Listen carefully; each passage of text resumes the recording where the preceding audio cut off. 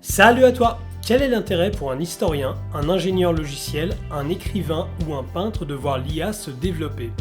Et à l'inverse, quel est l'avantage pour le crétin moyen d'avoir accès aux IA? Dans cette vidéo, je vais t'expliquer pourquoi la plupart des gens qualifiés, créatifs ou dotés d'une certaine sensibilité ou intelligence ont plutôt tendance à rejeter les IA.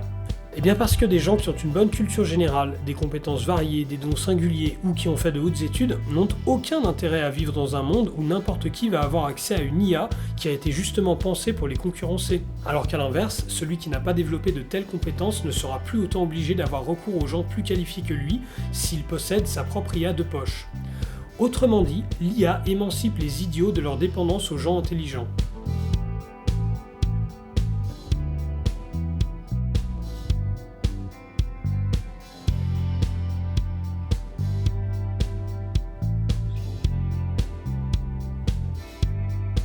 Quand il ne s'agit pas des développeurs et vendeurs des big tech, qui sont loin d'être des idiots, mais qui défendent des intérêts contraires à ceux de la population, vous pourrez remarquer que les défenseurs de l'IA sont, pas tout le temps, mais quand même assez souvent, des gens assez médiocres.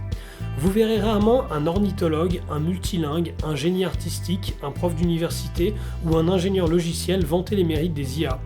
Au contraire, vous verrez souvent des gens extrêmement moyens parler de la nécessité de vivre avec son temps et d'accepter tout et n'importe quoi au nom du progrès technologique. C'est la fin de l'humanité, mais il faut rien faire, il faut vivre avec son temps. La raison à cette différence est très simple. L'IA ne prend aucun domaine où concurrencer ceux qui n'ont pas de compétences particulières. Une personne qui a appris à maîtriser plusieurs langues, un super dessinateur, un enseignant pédagogue ou un bon acteur peuvent tous vivre de leurs compétences dans un monde sans IA. Dans un tel monde, c'est-à-dire avant 2022, à peu près, le talent et l'intelligence sont valorisés car nécessaires. C'est pourquoi les gens doués ou créatifs n'ont rien à gagner à voir des robots venir les concurrencer. Au contraire, dans un monde où l'IA est généralisée, il devient bien plus difficile pour quelqu'un ayant développé des compétences de pouvoir en vivre. Dans un tel monde, la médiocrité devient plus acceptable et le talent, bien que toujours apprécié, n'est plus aussi nécessaire qu'avant. C'est pourquoi les gens doués et créatifs ont tout à perdre à accepter le développement de machines qui les rendent non nécessaires. Tu as appris à parler 5 langues? Tu as fait de grandes études?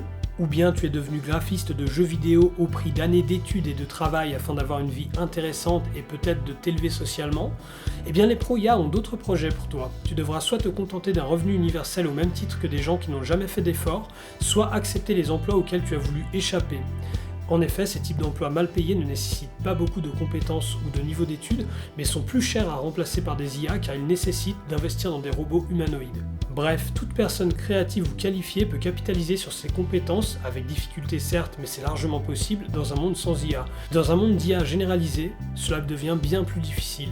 Mais qu'il se rassure, acquérir des compétences, même considérées obsolètes, sera toujours plus gratifiant et utile que de suivre le courant et de se laisser transformer en simple boulon dans un système automatisé. Je te remercie d'avoir regardé cette vidéo jusqu'au bout et je te dis à bientôt.